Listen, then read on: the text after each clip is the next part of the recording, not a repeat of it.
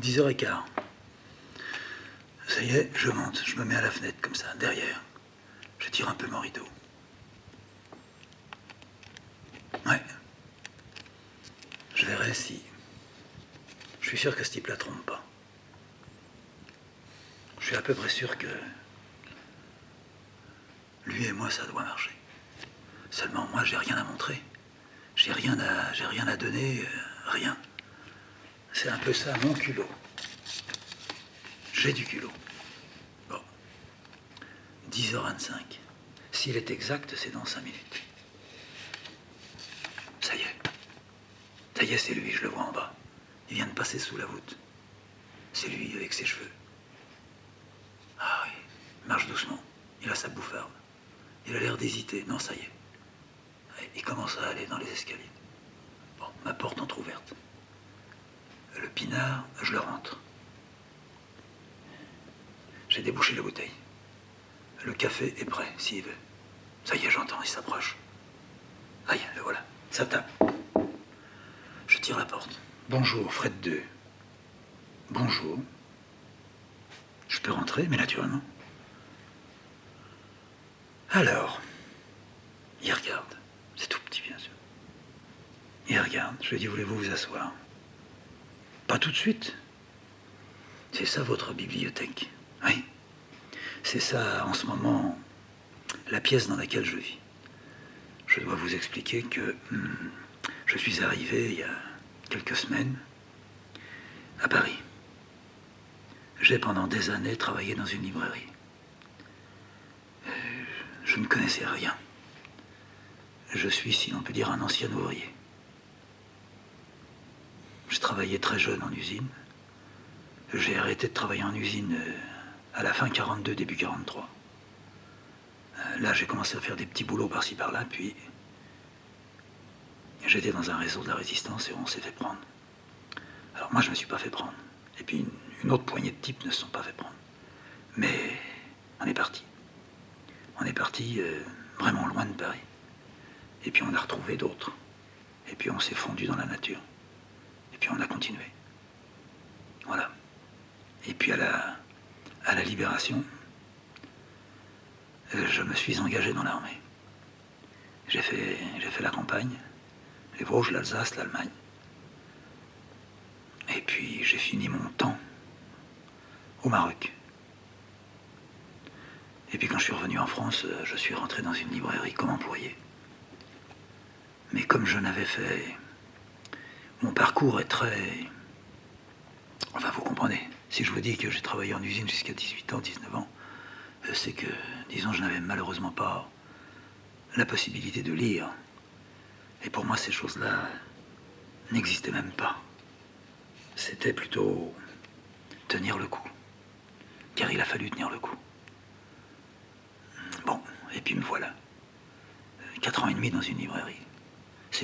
C'est peu, mais c'est beaucoup quand on lit tout le temps. J'ai lu, je vous l'ai dit hier au téléphone, j'ai lu tout ce qui était trouvable. Et ce qui n'était pas trouvable, je me suis mis à le chercher. Je montais à Paris et je le redescendais là-bas, à Marseille. Et nous avions formé un petit groupe d'amis. Et nous travaillions, si on peut dire comme ça, en lisant tous les textes. Seulement, bien sûr, on lisait des textes qui dataient d'avant 40. Et nous avons passé 40, 45, maintenant 50, 51. Les choses ont, si l'on peut dire, énormément évolué. Ce qui fait qu'il y a des choses qu'on ne peut plus lire, qui font un peu histoire. Et que moi maintenant j'ai un véritable besoin de... Je ne sais pas si je dois dire partager, parce que je ne commence vraiment à faire les choses que je fais que depuis si peu de temps. Mais je peux vous montrer, est-ce que ça vous intéresserait de regarder les choses que j'ai faites? Je ne voudrais pas que ça vous ennuie. Très bonne idée, montrez-moi. Alors voilà, je fais des taches. Hein, je fais des taches avec de la peinture laquée sur du papier. C'est un peu, disons, le procédé de la décalcomanie, mais c'est un procédé un peu étendu. Je gratte ou je laisse sécher très fort et en fait ce mélange aussi du papier. Et je viens dedans, j'apporte de l'encre. Disons, je dessine, je ne suis pas sûr de bien dessiner, mais J'apporte du crayon et de l'encre. Quelquefois, je fais des tâches à l'encre. J'écrase aussi ou j'étale avec mes doigts. Enfin voilà, là il y en a peut-être une trentaine. Est-ce que vous voulez en voir encore d'autres? Là vous en avez vu 2. Est-ce que vous voulez qu'on en voie une dizaine? Mais continuez, si vous voulez vous tirer, vous les tournez tout doucement. Alors je les tourne tout doucement. Et il secoue la tête. Et il en a vu une dizaine. Je lui dis, voulez-vous qu'on voit les dernières encore? Mais je veux bien. Et il me regarde et un très beau regard. Et un très beau visage. Je connaissais par photo, mais ça me fait un bien. Je me sens à la fois transparent et en même temps rempli tout à coup.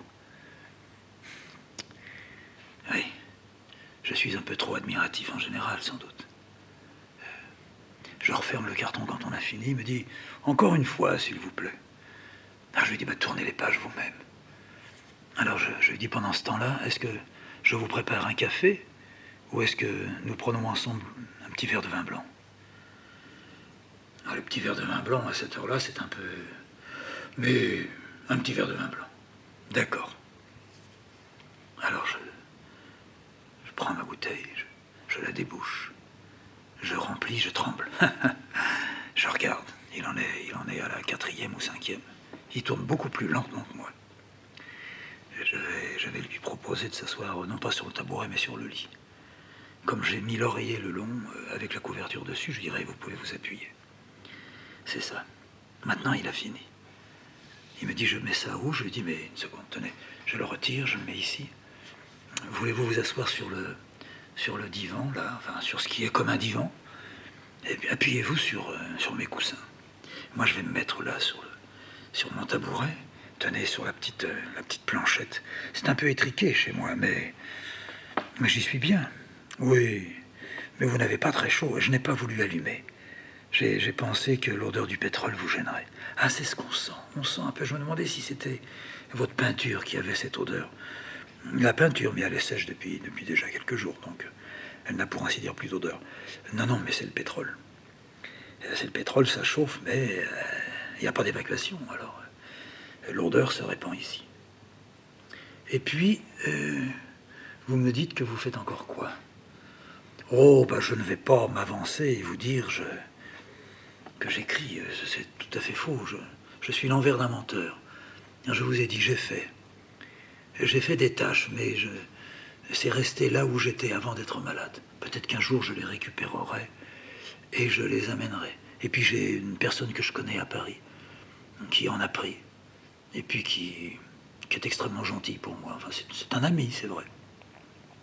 Peut-être connaissez-vous, il s'appelle Karl Flinker. Non. Hein. Son père est libraire. Son père est libraire, c'est un juif allemand. Ah, oui. Et il est passé à travers la tourmente. Ah oui, je comprends. Alors il a quelques-unes de mes tâches et j'ai eu la chance qu'il puisse en vendre à certains de ses amis. Je parle de Karl le fils, n'est-ce pas? Mais, enfin, je ne cherche pas à vendre, ne croyez pas ça. Mais vous faites quoi dans la vie? Vous travaillez à... Non. Non, je ne travaille pas. J'ai été, je vous ai dit, employé en librairie, mais je ne travaille pas. Je rentre, j'étais dans un sanatorium. J'ai attrapé quelque chose, oui. C'est ce qui m'a fait quitter Marseille, qui a fait qu'on m'a envoyé dans les montagnes, que j'y ai passé plusieurs mois, que les choses vont à peu près moyennement bien. Mais je ne voulais plus rester dans les montagnes, et on a été d'accord pour que si je reste, disons, calme, que je rentre à Paris, que j'aille à Paris. Alors, voilà, je fais les choses le plus sérieusement possible. Et je tiens le coup comme ça, et je pense que je vais, surtout si j'ai des amis maintenant. C'est quelque chose qui me manquait effectivement beaucoup. Et je ne suis pas à la recherche d'amis. Je ne suis à la recherche de rien. Mais comprenez-moi, on ne lit pas pendant 4 ans les auteurs, disons des auteurs et des poètes surréalistes, ou des amis des surréalistes, ou à partir des références que vous avez mis et que d'autres ont mis en bas de chacune de leurs pages, ou de certaines de leurs pages, qui renvoyaient à d'autres auteurs et avec d'autres titres. Je crois que j'ai épuisé complètement tout ça. Alors vous n'avez plus rien à lire? Non, pas du tout, je lis. Et vous lisez quoi, par exemple? Je pourrais vous dire ce que je lis, mais je ne suis pas sûr. Je ne suis pas sûr que cela vous fasse très plaisir. Mais dites toujours, on verra. Vous savez, nous sommes très larges. Mais je n'en ai jamais douté, André Breton. J'ai là, ça. Mais j'ai pas seulement que ça. J'en ai une dizaine de lui. Faites-moi voir. C'est un peu loin, là. Tenez, regardez. Et je lui mets le René Guénon dans les mains. Ah, il me dit, c'est une autre lecture. Je ne suis pas sûr, écoutez, que ce soit une autre lecture. Évidemment, quelqu'un comme moi ne peut pas comprendre la totalité de ce qu'il dit. Là, c'est le cas. Je lis Dostoïevski, je lis Kafka. Oui, je les ressens beaucoup. Je suis un homme très angoissé. Je suis un homme très fatigué. Mais ça n'a rien à voir avec ce que j'ai envie de faire. Mais peut-être que ça signifie ce que j'ai envie de faire, ou ça passe dans ce que je fais. Par exemple, mes tâches, je n'ose pas vous demander, est-ce que vous trouvez que c'est bien ou pas bien? Ça ne m'intéresse pas. Mais est-ce que, quand on les regarde, on ressent quelque chose? Est-ce que l'on ressent non pas mon tourment, mais mes questions? C'est celle-là que je voudrais vous poser. Écoutez, je peux vous répondre. Mais je vous écoute. J'attends. Eh bien, voilà comment je vais vous répondre. Votre place, elle est parmi nous. Je vous conseille, je vous demande, dès ce soir, vous venez. Alors, la semaine, c'est ailleurs qu'à Pigalle. Alors, la semaine, en ce moment, c'est rue Vivienne. Alors, rue Vivienne, c'est tôt, puis il me donne le numéro. Dans le café, il me donne le titre. C'était, je crois, le Vivienne. Et à partir de 5h30, au plus tard 6h, tous nous sommes réunis. Nous restons jusqu'à 7h30, 8h. Nous parlons. Quelquefois, nous ne sommes pas très nombreux, alors nous nous resserrons. Quelquefois, nous sommes beaucoup plus nombreux, mais c'est surtout le dimanche. Alors, nous ne pouvons pas effectivement échanger beaucoup. Disons que c'est un contact. Ce sont des réunions qui maintiennent le lien.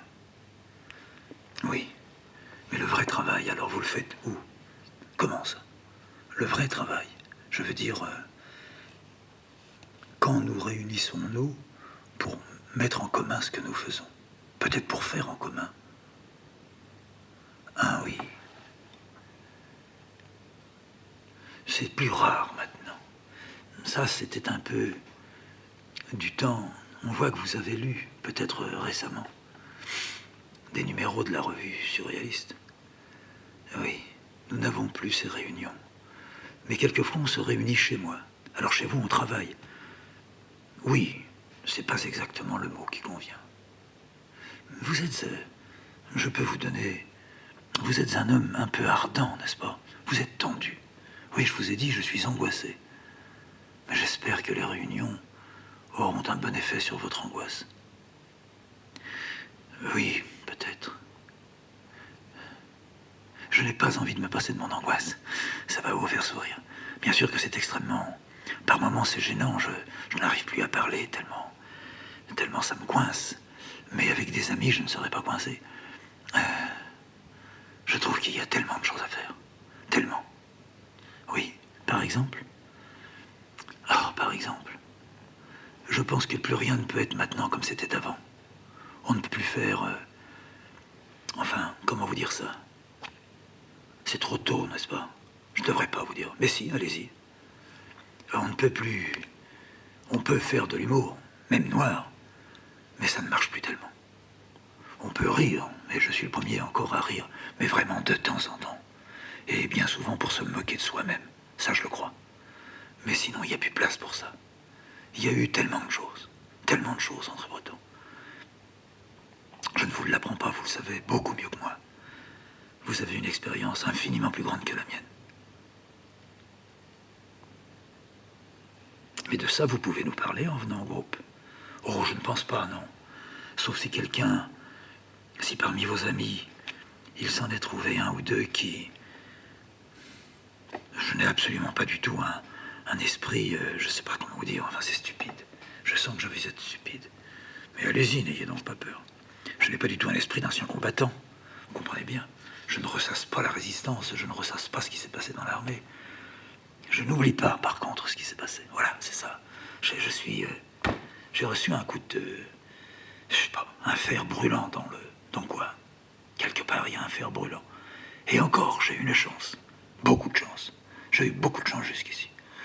Même en étant malade maintenant, j'estime que j'ai eu beaucoup de chance. C'est une chance, la maladie. Je sens que vous êtes très passionné. Non. Enfin, oui. Enfin, j'appelle pas ça une passion. J'ai une passion pour ce que je vais faire. La passion pour ce que j'ai traversé, je ne le crois pas, non. Je ne le crois pas. Puis, ce que j'ai traversé, c'est pas terrible. J'étais toujours du côté de ceux qui avaient la situation en main, si on peut dire. Vous savez, quand on était dans les bois, même quand j'étais dans l'usine, la situation, on l'avait en main. Elle pouvait nous échapper d'un moment à l'autre. Mais on l'avait quand même. Oui. Enfin, je m'excuse de vous avoir dit tout ça le premier jour, mais vous avez très bien fait. Vous allez rencontrer des peintres, vous savez. Peut-être que vous aurez plaisir à rencontrer Vilfredo Lame. Il vient maintenant. Je ne connais pas. Ah. Vous allez rencontrer d'autres peintres. Max Ernst vient encore. Mais il travaille beaucoup. Vous connaissez Max Ernst? Oui, bah tenez, regardez, j'ai le cahier d'art, là. Je le traîne depuis des années. Ah oui, c'est ça. Très bien. Qu'est-ce qu'il y a encore comme autre peintre? Mais vous les découvrez, il y a des jeunes. Il y a Toyen. Vous connaissez Toyen, on dit? Vous connaissez? C'est tchécoslovaque. C'est vraiment très surréaliste. Très beau. C'est une grande réussite. C'est un excellent peintre. Non, je connais pas. Eh bien, vous connaîtrez. Et puis d'autres, enfin, je ne vais pas... Et vous en connaissez, vous, d'autres? Vous-même? Non, moi, je ne connais personne. Je connais des noms. C'est-à-dire que... Je vais faire vite, mais je suis venu, si l'on peut dire. Je me suis éveillé à la peinture. Enfin, non, c'est pas bien dit. Je me suis heurté à la peinture. Non, c'est encore pas ça. Comment est-ce qu'on pourrait dire? Moi, je me suis ouvert à la peinture. Pourquoi pas? On peut très bien s'ouvrir à la poésie en lisant Rimbaud. Eh ben oui, ben c'est ça. C'est comme si je m'étais ouvert. Mais à la peinture, tout a commencé avec Paul Klee. Et j'ai vu ce que vous avez mis dans quelques-uns de vos livres. Sur les graffitis, J'ai été tout à fait d'accord. Mais Paul Klee, ça va très très loin pour moi. Oui, il ne s'est pas reconnu surréaliste. C'était pas vraiment surréaliste. Excellent peintre. Tout à fait, tout à fait. Très discret. Très discret, très bien. Et puis qui encore? Ah bah alors je connais pas. Il y a ceux que je ne connais pas. Je connais les noms, mais je connais pas encore la peinture. Mais il faut bien que ça commence dans un sens ou dans l'autre. Eh ben, il y a Brienne. Ah oui? Camille Brienne. C'est quelqu'un qui m'en a parlé. Il est libraire, dans le 6e. Il s'appelle Zerbide. Je connais pas. Il a une petite librairie. Il a publié il y a pas longtemps un Michaud, un Max Ernst, un Scarroll. Attendez, Lewis Carroll, voilà. C'est La chasse au snark. Je l'ai là. Ça, vous connaissez pas? Non? Ça, je l'avais pas encore vu. Je l'ai dans une autre collection, mais pas là. Ah oui. Bah, il y a Savigno aussi, Alberto Savigno. Oh, Alberto Savigno est venu il y a pas très longtemps à Paris. Ah oui. Eh ben, c'est un très bon peintre, ça pourrait vous plaire aussi. Oh, j'avais l'impression que je respirais. J'étais comme soulagé. Si je me prenais la température maintenant, plus rien. Sûr. Ben, il se lève. Je vous remercie beaucoup. On vous voit ce soir? Oui. Promis, promis. Eh bien, au revoir. Je vais vous raccompagner, si vous voulez. Alors, je suis descendu jusque dans la cour. Puis dans la cour, je lui dis, je vous laisse. Votre autobus passe là, au bout de la rue. C'est dans la rue des Deux Ponts. L'arrêt est là. C'est celui qui va à Clichy, hein? Oui. Merci, merci. Je suis rentré. Ça, c'est un jour à marquer d'une... pas une pierre, une montagne. Oh, je vais le mettre tout de suite. Là, André Breton, arrivé, 10h30. Reparti, quelle heure il est? 11h30. 1 heure ici. Oh, j'en ai pas dit assez, enfin, j'en ai même dit trop. Mais ça fait rien. Il écoute, hein. Ah, la seule chose, le seul problème, c'est les autres. Il y a des soirs où on ne peut pas se parler tellement on est nombreux. Le dimanche, faut jamais aller le dimanche là-bas. Moi, je suis pas du tout pour les grandes réunions, alors. Bon, mais ça fait rien. Ce soir, je ne sais pas du tout si je vais y aller. Rue Vivienne, ouais, on verra. Demain, je vais à la sécurité. Ouais. Là, je m'allonge. Là, je m'allonge et je fais un peu le plat. Eh ben, mon vieux. Je sais pas si c'est le vin blanc qui monte à la tête, mais ça tourne. Hein. Et si je prenais un livre de lui, que je lise comme ça, il vient de partir, j'ai encore sa voix dans les oreilles. Ouais. Un petit peu, quoi. Je fais quelque chose, hein, un peu fanatique, là. Hein. Oui. J'ai pas honte. J'ai une grande confiance en lui. Je suis sûr que j'aurai toujours confiance en lui. C'est quelqu'un qui a un regard qui ne trompe pas. Oui. Il s'en faut de peu pour que les choses tournent. Il me donne envie de faire. Il me donne envie de faire. Il me donne envie de faire et puis même de lui dire un autre jour, dans 2-3 mois, si vous voulez, venez. Je voudrais vous montrer. Je crois qu'il reviendrait. Ah. Si je pouvais un peu me reposer, un peu dormir. Et si j'allais à la sécurité cet après-midi? Mais le lundi, c'est pas ouvert. Oh, si. Le lundi, c'est toujours ouvert. Et ben, c'est ce qu'on va faire. Allez, on fait le grand jour. Le jour André Breton et le jour sécurité sociale. Voilà, je joue mon avenir aujourd'hui. Je vais marquer là. Sécurité sociale. J'y serai à quoi? 14 heures. Allez, s'il n'y a personne, je reviens. Au moins, il faut bien que je sache, c'est à quelle heure. À quelle heure on voit le médecin. Bon. Je mange un peu. Je passe au bistrot. Je vois la petite. Dites-moi, Geneviève, le butin encore. Encore? Non, non, autre chose, une autre adresse. Je cherche. 14e arrondissement. Comment trouver ça? 4e. Ah oui, 4e arrondissement. Je peux pas trouver ça. Où est-ce qu'ils se mettent, ces gens-là? Au bout d'un petit moment, il y a la Geneviève qui vient. Vous trouvez pas? Je dis non. Vous pouvez m'aider? Peut-être. Dites-moi, il faudrait que j'aille à la sécurité sociale du 4e. Vous avez une idée, vous, comment je vais trouver ça? Quoi, la sécurité sociale du 4e? Mais c'est facile. Elle me dit, c'est près des Halles. Elle trouve. Elle me dit, là voilà, tenez, c'est caisse primaire de sécurité sociale. Ah, toute une poésie. Et qu'est-ce que vous voulez faire? Vous voyez que c'est ouvert en ce moment? Ben, ça ne ferme pas. De la journée, non, non, pendant les repas, ça ne ferme pas. Ben, je vais téléphoner. Ou alors, qu'est-ce que je fais d'après vous? Ah ben, vous faites comme vous voulez. Pour y aller d'ici, qu'est-ce qu'il y a? Il faut traverser le pont, la Seine. En face, vous avez un autobus. Je ne sais pas quel numéro, mais il faut faire l'arrêt, les Halles. Quand vous êtes aux Halles, eh ben, vous allez là dans la rue. Moi, je connais parce que c'est ma caisse aussi. Je travaille dans le 14e, dans le 4e. Alors, je décide, j'y vais. Pourquoi téléphoner? Téléphonant me dira, revenez tel jour. Là, j'y suis, ils vont pas oser me renvoyer. J'ai donc arrêté, je ne vais plus marcher. Je trouve que je suis assez excité comme je suis. Je vais donc non pas tout de suite traverser, je vais aller chercher mes radios, je vais chercher mon certificat, mon ordonnance, je redescends, je traverse le pont, je vois arrêt d'autobus, les Halles. Je monte, je descends aux Halles, puis je cherche, je demande. Je suis obligé de marcher pendant un bon moment parce que tout le monde ne connaît pas. C'est comme si j'avais marché un peu. J'arrive, je vois. C'est tout dégueulasse. Je rentre à la caisse, je dis à l'entrée, voilà, j'ai ma carte de sécurité sociale. Je sors d'un sanatorium. Je suis arrivé à Paris. J'avais l'autorisation de venir. Je me suis installé chez moi, là, je suis dans le 4e arrondissement. J'habite à tel endroit. J'ai déjà vu mon médecin qui va me suivre ici. J'ai mes radios. Il faudrait que je voie certainement le médecin de la sécurité très vite, parce que je touche ma pension. Je suis, enfin, c'est pas une pension, c'est mon allocation, mon indemnité de sécurité sociale. Je suis en longue maladie. Et ma caisse, elle est à Marseille. Ah, ben oui. Ah, mais il faut que vous voyiez le médecin ici. Ben, il faudrait que je le voie le plus vite possible, parce que l'argent, il est arrivé au sanatorium, puis le sanatorium, il l'a renvoyé à Marseille. Parce que je leur ai pas donné mon adresse à Paris. Bah écoutez, je vais voir, cet après-midi, il y a des consultations, le médecin reçoit, je vais demander.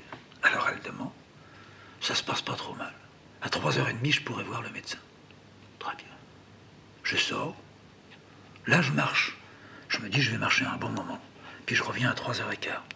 Je marche, j'use un petit peu mon carburant. Je bois un café, je marche encore. Je bois encore un café, j'arrive rue de Rivoli. Je contourne, je fais le tour de la Saint-Maritaine. Quelle heure il est? 3h10. J'ai le temps d'y aller. Je reviens sur la rue. Je rentre à la Sécu. 3h15, presque 3h20. On me dit, vous voulez? Je dis, je dois avoir le contrôle. Le contrôle à 3h30. Je suis Alfred II. On me dit oui. Rentrez, voilà votre ticket. Je rentre. Il y a 2-3 personnes qui attendent. Ça va très vite. À un moment donné, on dit, numéro tant, c'est moi. C'est une femme. J'aime mieux les femmes. Bonjour, asseyez-vous. Donnez-moi vos radios. Je lui dis, il faudra que je vous dise. Non, non, parlez pas. Donnez-moi vos radios. Elle défait les radios. Elle les met dans un appareil. Elle regarde. Ah oui? Pleurésie? Oui. Puis vous avez une opacité? Une tache là? Vous étiez où? J'étais près de Morzine. Ça dépendait de l'hôpital de Tenon. Oui. Vous êtes resté combien de temps? 5 mois. Fallait rester plus. Ben oui, peut-être qu'il fallait rester plus, mais je m'ennuyais vraiment trop. Vous travaillez pas? Ah non, pas du tout. Je fais partie de la caisse de Marseille. Oui. Ce qu'il faut, c'est que je passe des contrôles pour que, pendant que je me soigne, je puisse être prolongé jusqu'à ce que je retrouve mon activité normale. Vous faisiez quoi? Libraire. Oui. Oui, ben... c'est pas demain, hein. Moi, à votre place, je serais resté encore. J'aurais passé l'hiver là-haut. Je pouvais plus. Ah, je pouvais plus. Faut pas plus tard se dire, si j'avais fait, ça aurait été mieux. Hein. Faut pas perdre plusieurs années. Hein. Moi, je vous donne un conseil, vous faites comme vous voulez. C'est votre médecin qui décidera. Qu'est-ce qu'il dit, le médecin? Le médecin, il dit qu'il continue à me soigner. Faites voir son ordonnance. Oui. Oui, c'est vrai. Fortifiant. Oui, c'est vrai. Oui, puis il donne ça aussi. Oui, je suis d'accord. C'est bien. C'est bien, mais il manque l'air. Vous êtes chez vous? Oui. Dans un hôtel? Non, non. Vous avez un appartement? Un petit appartement, oui. Il y a une grande fenêtre? Oui, tout à fait. Ben, il faut laisser la fenêtre ouverte. Ça donne pas sur la rue, il n'y a pas trop d'essence? Non. Je pense à mon pétrole. Merde. Ben voilà. Je signe votre feuille. Prolongé de... Je vous fais 3 mois, je vous revois donc dans 3 mois. S'il y a quelque chose, il faut venir me revoir. Je peux vous renvoyer là-bas. Je peux vous envoyer aussi moins loin, pas loin de Paris. C'est peut-être moins triste pour vous. Voilà. Et puis on fait le nécessaire à la caisse de Marseille. Il faudrait qu'on fasse le nécessaire assez vite parce que j'attends l'argent. Hein. J'ai pas d'argent. Oui, oui, mais ça ira très très vite. Ça se passe comme ça, par câble. Au revoir. Je ramasse mes papiers, je sors. Elle n'a même pas écouté ni rien, seulement sur les radios. Bah, les radios, elles ont 3 semaines, quoi. 15 jours, quand je suis parti. Bah, il ne peut pas y avoir beaucoup de changements. Faut donc que je fasse quand même attention. Je ne dois pas jouer avec le feu. Ah, c'est le plus beau jour depuis des mois et des mois. Breton, la Sécu, le fric qui restera. Eh ben dis donc. Alors ce soir on y va? Oh ben je comprends. Ce soir on va rue Vivienne. Et là il est 4h30. À partir de 5h30, 6h, tout le monde est réuni. Je ne veux pas rentrer à Lille. La rue Vivienne. Je cherche. Je regarde s'il y a un métro Vivienne. Non. Je vais aller voir un flic. Je demande à un flic dans le métro. Pour aller rue Vivienne, qu'est-ce que je fais? Il regarde, il me dit, c'est pas loin. C'est pas loin, faut descendre d'ici, en marchant un peu après, faut descendre à Palais Royal. Faut remonter après, vous allez trouver la rue Vivienne. Merci. Un quart d'heure. Oh, très bien. Je prends le métro. Je descends Palais Royal. Il y a une grande librairie là, tiens, je savais pas. Je rentre. Libraire. Je regarde, je soulève, je sors des bouquins, je les remets à leur place. Il y a une fille qui vient. Vous cherchez quelque chose? Oui et non. Non, parce que je peux vous aider. Vous avez le rayon de poésie? Oui, bien sûr.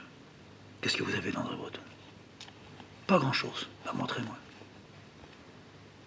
Je la suis. On monte un petit escalier. Je vois son petit trottinard qui saute. Un joli mollet. Voilà, c'est là. Merci. Vous voulez que je vous aide? Non, vous pouvez me laisser seul, mais si vous voulez rester avec moi, d'accord. Elle reste avec moi. Je vois un breton. Je regarde. Celui-là, je connais pas. Ça, c'est la lampe dans l'horloge. C'est récent. C'est pas très récent, mais c'est pas très vieux. Faites voir. Je le sors. Ça vaut? C'est là, c'est marqué. Ah oui, je le prends. Tenez, vous le descendez si vous voulez à la caisse. Là, je continue encore à regarder. S'il y en a d'autres, je les prends. Elle descend. Je regarde. Il y a des choses. Il y a du neuf. Je redescends à nouveau. Non, j'ai rien trouvé. Vous avez... Je sais pas où est-ce que vous classez des livres.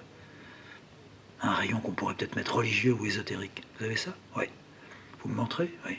Mais on met pas pareil religieux, ésotérique, on n'avait pas au même rayon. Oui, d'accord, je comprends. Alors, religieux, c'est là. Oui, faites voir. Il y a de nouvelles choses de Simone Veil?